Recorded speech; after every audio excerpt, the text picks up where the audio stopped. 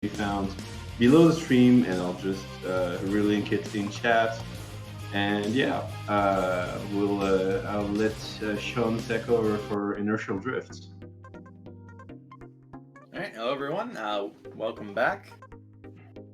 Now for the second game of my little indie racing block, which is Inertial Drift. We're going to be running all forward tracks, no repeat cars, which when you see a run category with a title as long as that, you know it's completely made up. This isn't something the game actually thinks you should do, but it's the most fun way to play this game, in my opinion, so we're going to do it. So what that entails is doing every forward layout of the tracks in the game, and you can't use any car more than once. Kind of self-explanatory. So we're gonna get started. Yeah, just give me a second. I absolutely forgot to reset the timer. Yeah. Oh, good. Let me know when you're ready. Yeah. Okay. This is done, and I'm ready. Go for it. Okay. So we're gonna get started. And 3, 2, 1, go. Good luck. So we're going to be doing this first track, which is Lakeside Loop. We're going to be doing it in the Dragon, because I'm bad at driving the Dragon, and this track's easy. So this is a twin stick racing game where your left stick controls your steering angle and your right stick controls your drift angle. And the way that works is different for every car. This has actually a lot of differences between cars. Kind of not dissimilar to something like a fighting game, which makes it very interesting to play and learn all the cars. So the Dragon is fairly basic. It's also very, very heavy. So when we go into a corner, we're gonna slide a lot. And so being able to manage that slide takes a lot of learning. When you start playing this game, you're going to be slamming into the wall in every corner in this car. But luckily this track's very simple. So in this car, there's actually 3 different ways we can build our drift angle. We can do it just by holding down the drift stick, which will increase our drift angle slowly, but also we're holding down gas at the same time, so we're still keeping acceleration. Or we can let off gas to increase it a bit faster, like this, to get around corners that are a bit tighter, or we can brake and increase it very fast for corners that are even tighter than that. So for each of these tracks, we're going to be doing it in race mode. The reason we do it in race is so that it doesn't start you with a rolling start, which it does in Time Attack. There's some exploits you can do with rolling starts that aren't really fair in a competitive aspect. And just doing it in a race helps to just avoid that and standardize things. So we're just going to come into the third lap of this first track. Just keep things smooth, keep things going forwards. Ideally, we can get a low 47 in these times, but that would require me to be in practice for this game, which I'm absolutely not.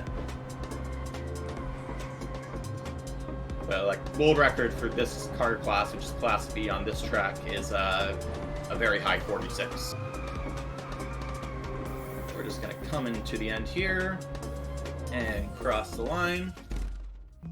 And now we're going to move on to the next track, which is Downhill Rapids, and we're going to be doing that in the Jet Z 888 or 880. So this is the first point-to-point track. There are circuit tracks, point-to-point tracks. Since it's point-to-point, there's no laps. So the steering of this car is pretty similar to the Dragon, with the very unique difference that it corners significantly tighter when you let off the gas. So we're going to let off the gas for corners like that, just to get around them a lot easier. And then if we need to increase our angle, we can. So that bonk there was 100% intentional, so it's time to talk about bonking in this game, because it's busted. So bonking in this game is very generous. You don't lose much speed at all, to the point where on really, really tight corners, it's actually optimal to bonk instead of slowing down for the corner. You'll actually lose more speed if you just slow down for the corner. I like to think of bonking as free brakes, basically. Though there is a lot of skill involved in bonking, because the angle you hit the wall and the specific walls you hit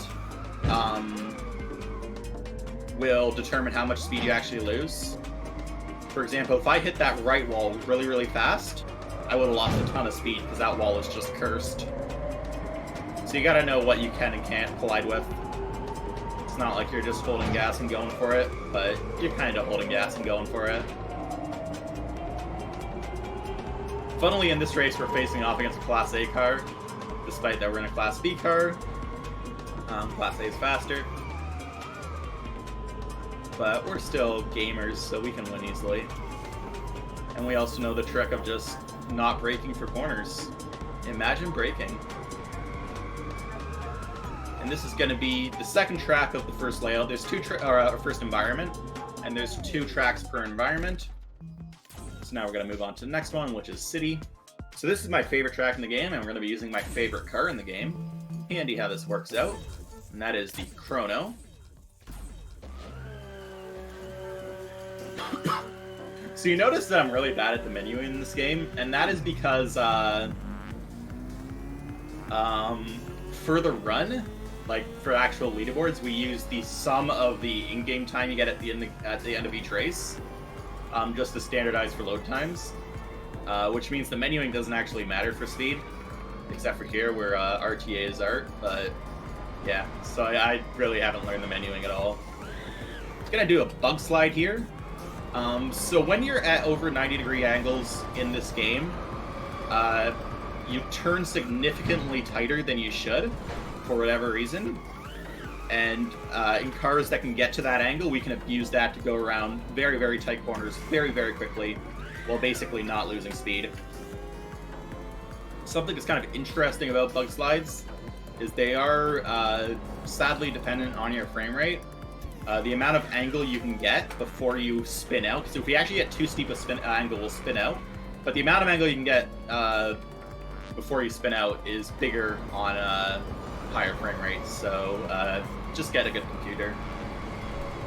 It's not like, it doesn't make the game like unplayable. Well, that's not true. If you're playing at 30 FPS, this game is literally unplayable. But if you're playing at 60, it's still fine. It's just like certain cars on certain tracks are going to be losing like a fraction of a second. It's something I'm not really a fan of, but it is what it is. So when I was talking about using race instead of like time attack for this, it's specifically for this track actually. So in this game, it will save the end of your best lap as a rolling start whenever you do time attack. This is just to make it easier to grind for time.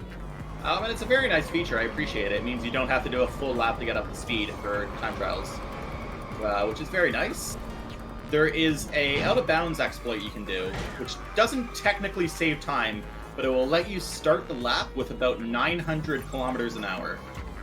And theoretically, if you had no PV saved, then you could use that to start the race at 900 kilometers an hour with no time lost, because you could get that saved as your rolling start.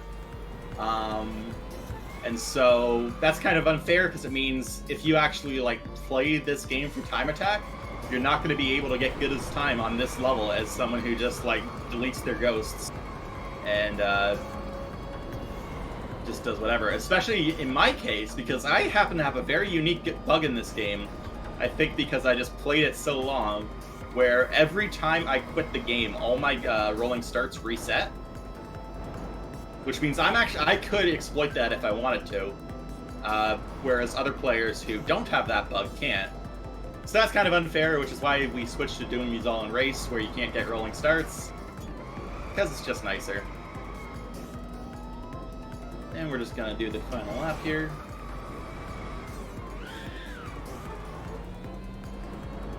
See, I just love all the bug slides on this track. They're all a lot of fun. They feel really good. And this car just moves real good. It has like probably the most versatile handling of any car in the game. You can sort of tackle any corner perfectly, especially because it can bug slide. Only a handful of cars in the game can bug slide. I think it's actually 4, kind of 5, kind of 7. Because there's a car called Ventus, which can like get a perfect bug slide by brake drifting, but like it can't get over that angle, so there's no risk to it. It's just like what you do for corners. And then there's the Bullet and the Gecko, which can technically bug slide on snow surfaces, and it's a hot meme, but they can't do it on like normal road. There's only 4 cars that can sort of do this style of bug slide. And we're just gonna finish up here and move on to the hardest track car combo in the game, in the good old 88.6, because of course, as a racing game made after 2010, this game is legally obligated to have an 8.6 in it. So, the Soprano, it has the highest top speed in the game, but the lowest acceleration, which means you get to play as Takumi, where you just start way behind and all of a sudden you show up in the rearview mirror. The problem is that this track is like literally impossible. This is Bay Bridge Run. If I had to describe this track, it's like 4 really, really hard corners that are connected by like 30 seconds of straightaways each. And yes, the Soprano can bug slide. So the Soprano's handling is more or less identical to the Chrono, but its drift angle increases much faster, which is both a blessing and a curse, because it means we can just pop bug slides out super, super quick. But it also means that it's very easy to overshoot the angle and have too much angle and then you spin out. Hopefully that doesn't happen. But yeah, this car goes very fast. Very, very fast. Bug slide. That's a bug slide it's easy to spin out on. Another thing about bug slides is that the angle you can get before you spin out is also dependent on your speed, so the faster you're going,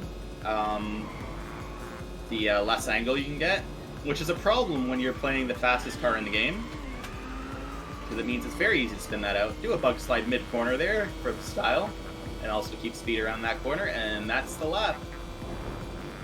Do that 2 more times. But now we're hitting this first corner at full speed, and that's bad because this first corner is like actually impossible. This is probably the hardest corner in the game. And we actually did it. Timing that is so difficult. It's hard for me to describe how difficult it is. Point where, like, for normal runs of this, we actually allow the tracks to be done in any order. Mainly because this is based off the Kirby Air Ride All Tracks No Dupes category. And they do that way, so we do it that way.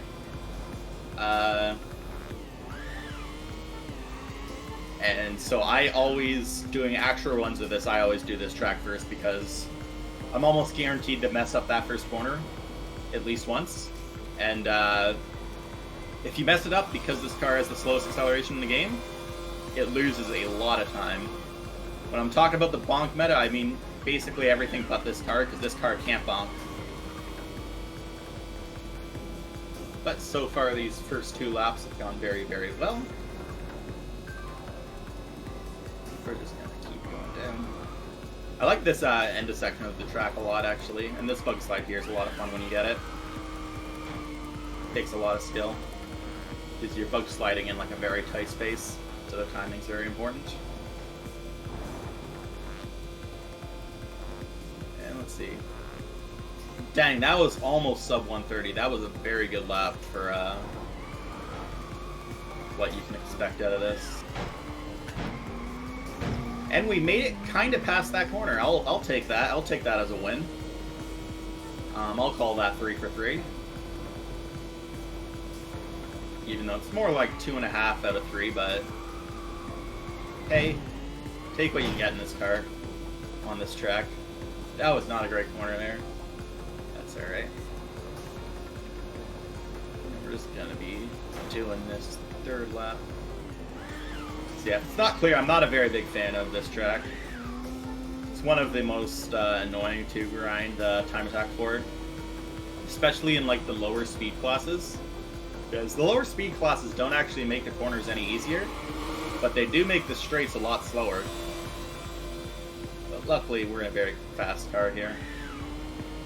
There are actually a few cars in the game that can sort of do this level trivially, where the corners are just, because of the way the cars work, they're very easy. But because you have all these straightaways, there's really no other reasonable choice for this level other than the car with the fastest top speed. This is also the longest track in the game. But there we go, this final straightaway here. And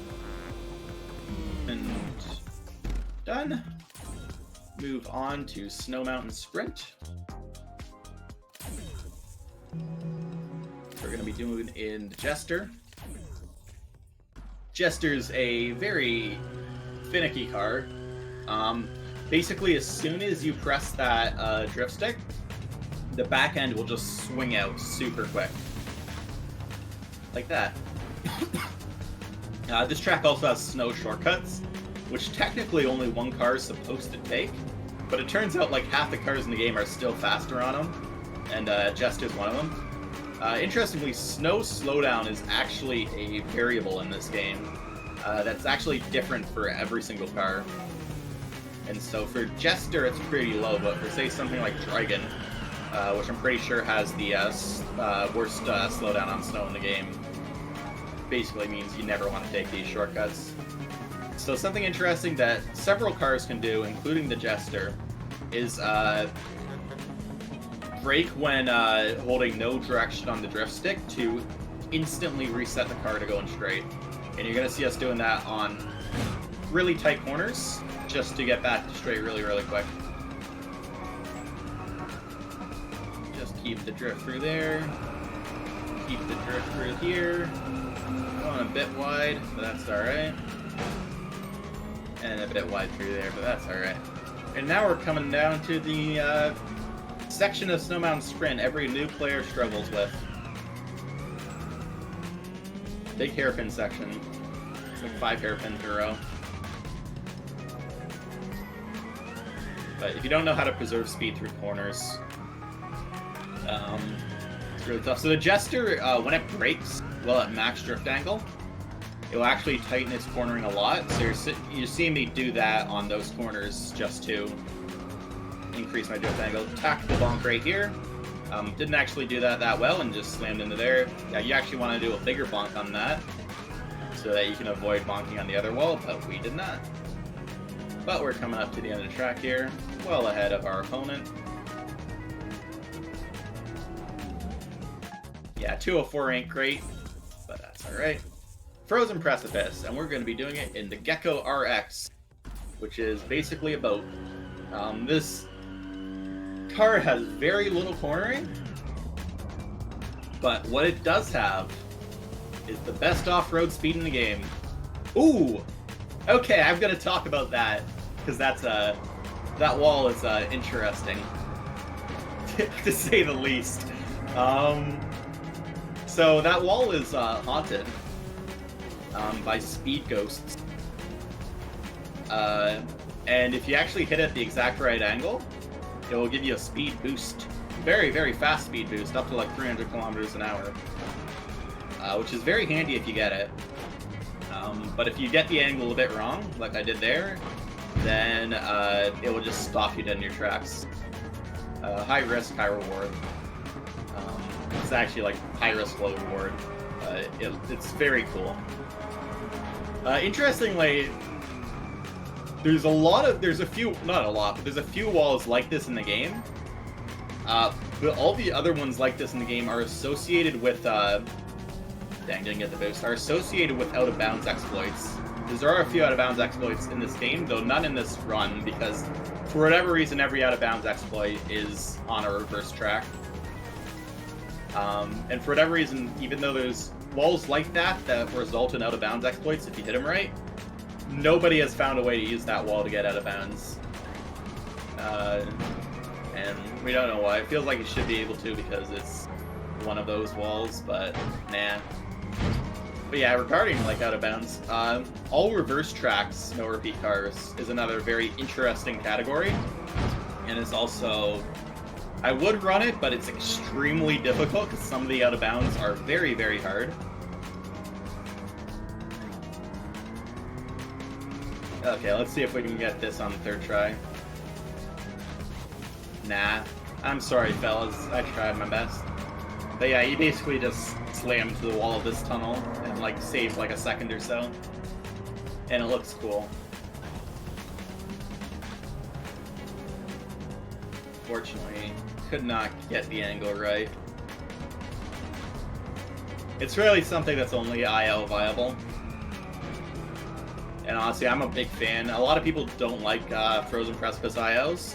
I'm a big fan of them because they're dumb. And you just reset over and over again until you get the boost, and then you pop off when you get the boost. It's like, oh man, dude, we gotta run.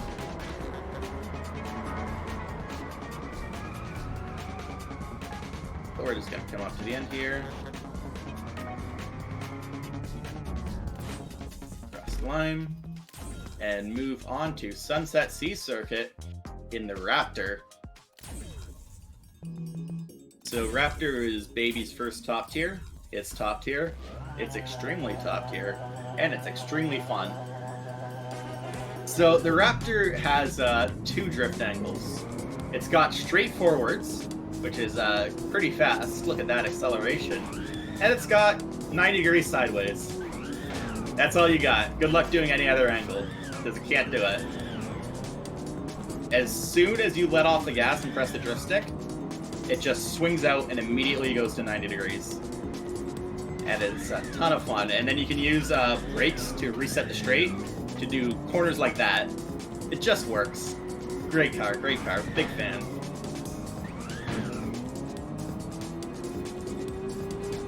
And it wants you to slow down for this dirt section, but so the way off-road deceleration works is it's dependent on how many tires you still have on the road. So as long as you keep about 2 tires on the road, your deceleration won't be that much, and you can just keep going forwards. So the fastest way to do that is to just drive straight and keep 2 tires on road at all times.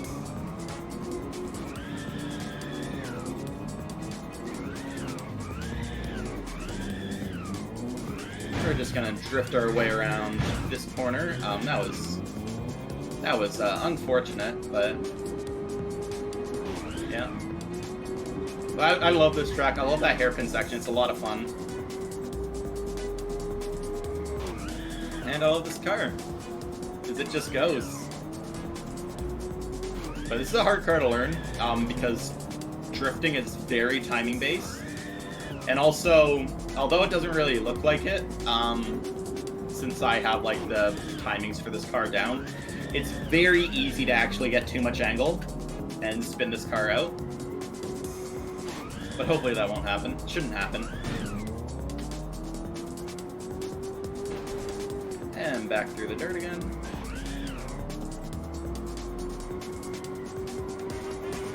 Indeed a drifto game.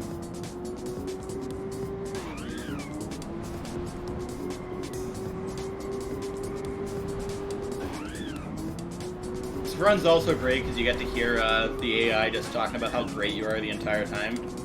Except when you cross the finish line. So there is a bug in this game where for a split second after you cross the finish line, the game will think you're in second place.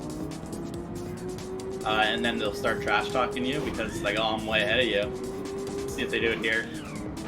Yeah, look at that. Look at that. Try and keep up, even though I'm 51 seconds ahead. Very nice. And we're just going to be doing our final lap here.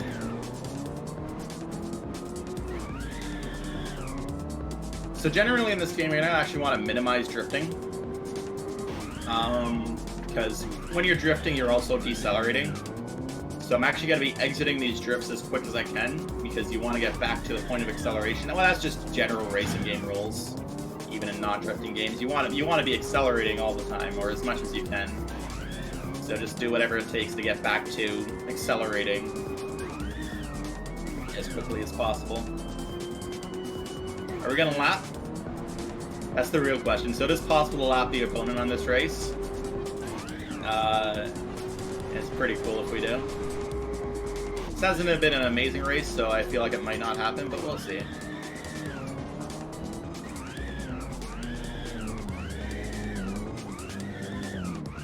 No, I don't think so. Unfortunate.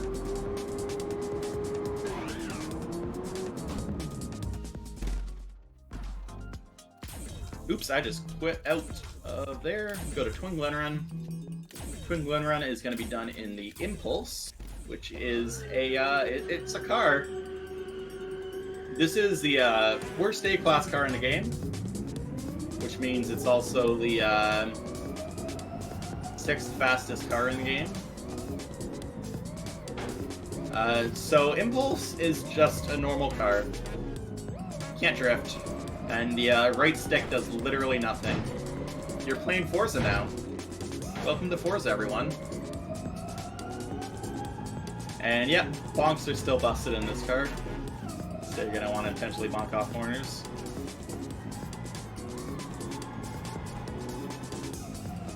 But I'm a fan of this car. It's pretty normal racing, but it's fun.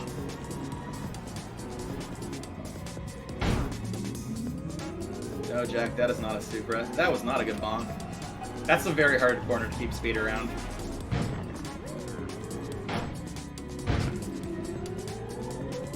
Same with that one. And again, all these bonks are intentional. They are faster.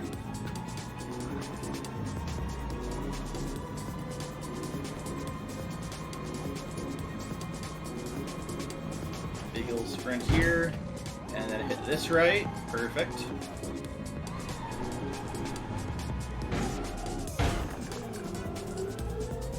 Oh, that was slow.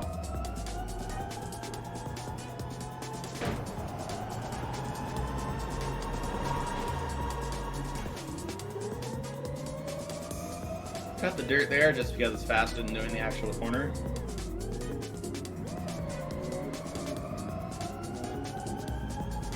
And we're coming into the end of Twin Glenron. I'm personally not a big fan of Twin Glenron. It's a very hard track. Every one of these corners is like super annoying. It's not as bad as Twin Glenron Reverse, where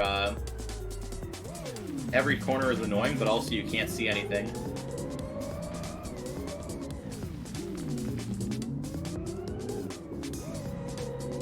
Use that dirt as free slowdown because it's there, and we're going to need to slow down for that corner, so may as well use it. And across the line. I did it again. Alright, moving on to Mount Kirino, which is your legally obligated Mount Acuna. And we're going to go in the Gladio. So Gladio is probably the most bizarre car in this game. Its drift angle increases whenever you're braking. And also, it can do what's called a brake micro drift, which is a piece of tech where if you're at a very shallow drift angle, you can brake to tighten your corner a bunch. But, of course, braking is slow, and also, if you increase your drift angle too much, then you're going to start decelerating. So, how do you do the brake micro drifts at the same time? Well, the answer is you tap the drift stick and tap the brakes at different rates to get around corners like that, so that you're braking when you're not drifting and you're drifting when you're not braking, so that you can maintain a steady drift angle while still getting a brake micro drift. It's very, very hard. This car is the steepest learning curve of any car, I think. But it's very satisfying once you get good at it. Unfortunately, the car is just not very good, but it's alright. It's the 4th best A-class, or the 3rd worst. Fun little tunnel or bridge section right here, just one really big corner. Big drift. And yeah, this is the longest point-to-point track in the game. Coming in at about 4 minutes. We're going to go into the forest section right here. There's a bonk here that basically every car is legally obligated to do. I actually don't know if there's any car where not doing that bonk is better. Probably Soprano, and it's probably only Soprano.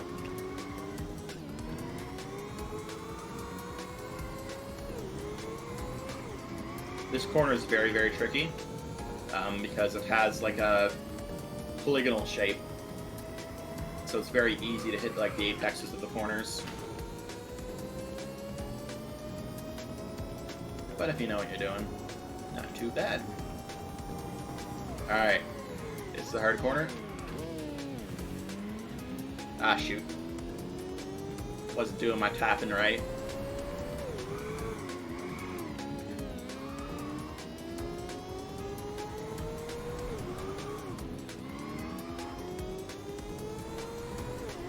Make your way down these hairpins. Oops. So that's what happens when you do your tapping wrong and you accidentally get too steep of an angle. You'll do that super long drift like that, and you'll lose a lot of speed. Which is why we're doing this brake micro drift shit.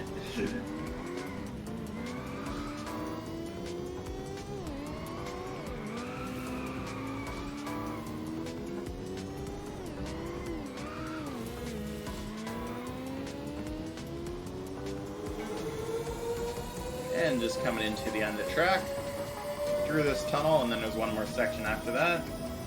This tunnel's fun because it always feels like you're going really fast, even if you're not, and it's really easy. It's a very tricky section. Let's see how we do. Not great. So ideally we'd get up there without bonking, but we didn't. So a good time here would be sub 4, but something tells me we're not going to get sub 4. But we'll see. You can get sub 350 in this car, but that's like the kind of time you need to IL grind for. I think my best is the 351. Yeah, we're not getting sub 4. Hate to see it.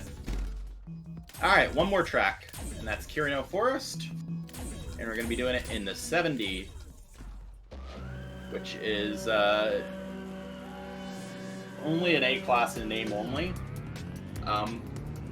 In development, this was actually a B-class, but it's a bit too strong for B-class, but not quite strong enough for A-class, but still somehow better than the Impulse. So this car is the king of the brake micro drifts. So when we brake and push out the drift stick when we're not on the gas, the rear end will swing out super quick, but we actually want to stop that as much as we can so that we can get as little of a drift angle as possible so that we can use this car's really, really powerful brake micro drifts.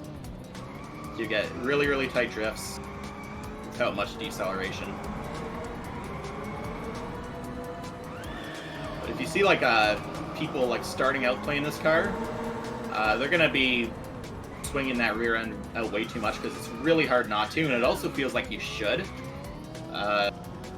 because like it's so hard not to. But it turns out for almost all corners in this car, it's better to just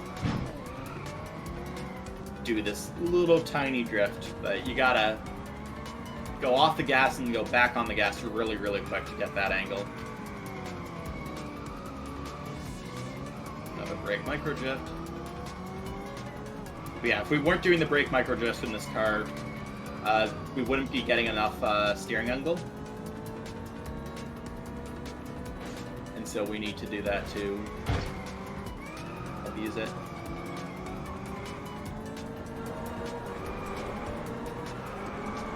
But yeah, the problem with this car is it just doesn't have the top speed needed to really compete in A-class. Its acceleration is good, pretty versatile handling, but just like can't get up in the speeds. So ideally we'd be seeing 56s here, but it is meant to be an RX-7, yeah. It's a bootleg RX-7.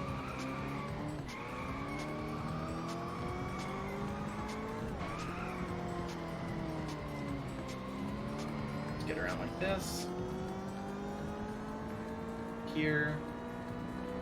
And we're just gonna be finishing up this final lap, so time is coming up very soon.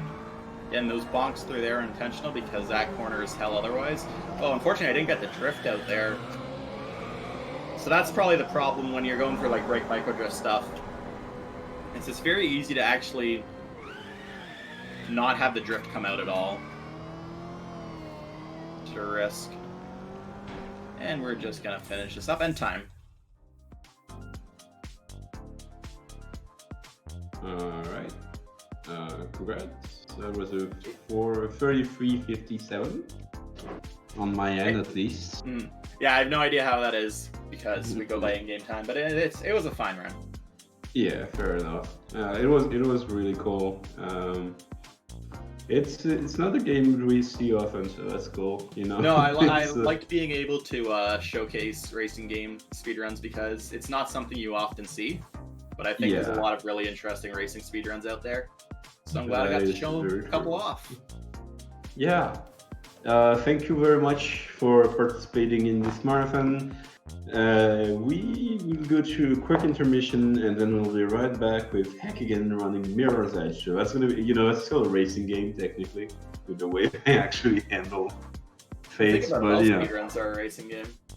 Yeah. When you speedrun the game, it becomes a racing game in the end. So I think that's the thing that we can take away from this run.